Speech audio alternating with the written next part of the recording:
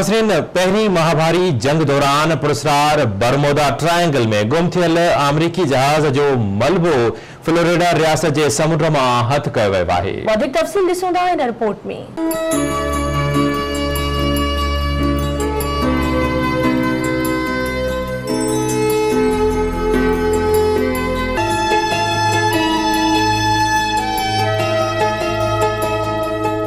चार साल 3 महीना ऐं 2 हफ़्ता जारी रहंदड़ पहिरीं महाभारी जंग दौरान पुरस्कार बरमूदा ट्रायंगल में गुम थियल अमरीकी जहाज जो मलबो हथ कयो वियो आहे। बरमूदा ट्रायंगल में लगभग 1 सदी अॻु गुम थियल जहाज जो मलबो अमरीका जी रियासत फ्लोरिडा जे समुंड में हथ कयो वियो आहे।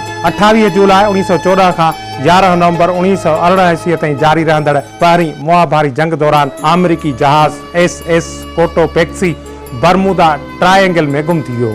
हिन जहाज में 32 माण्हू सुवार हुआ, जिन जी अमरीकी अख़्तियारनि पारां तमाम घणी ॻोल्हा करण बावजूद को बि ॾस पतो न पइजी सघियो हो। क़दीम आसारनि जे माहिरनि ऐं टोबन बरमूदा ट्रायंगल में गुम थियल जहाज जो मलबो फ्लोरिडा जे शहर ऑगस्टाइन वेझो समुंड मां हथ करे वरितो आहे। बरमूदा ट्रायंगल अमेरिका में मौजूद एटलांटिक समुंड जो हिकु ख़ासि हिसो आहे। हिन इलाइक़े जो हिकु हिसो बरमूदा, ॿियो पोर्टो रिको ऐं टियों मेलबर्न सां जुड़ियल आहे। हिन त्रिकुंडे जे विच वारे हिसे खे बरमूदा ट्रायंगल कोठियो वेंदो आहे। बरमूदा ट्रायंगल समुंड जे अंदर हिकु पुरस्कार इलाइक़ो आहे, जिते तमाम घणा हवाई जहाज तोड़े सामुंडी जहाज ऐं ॿेड़ियूं ग़ाइब थी चुकियूं आहिनि, जिन जो अॼु ताईं को बि ॾस पतो न मिली सघियो आहे।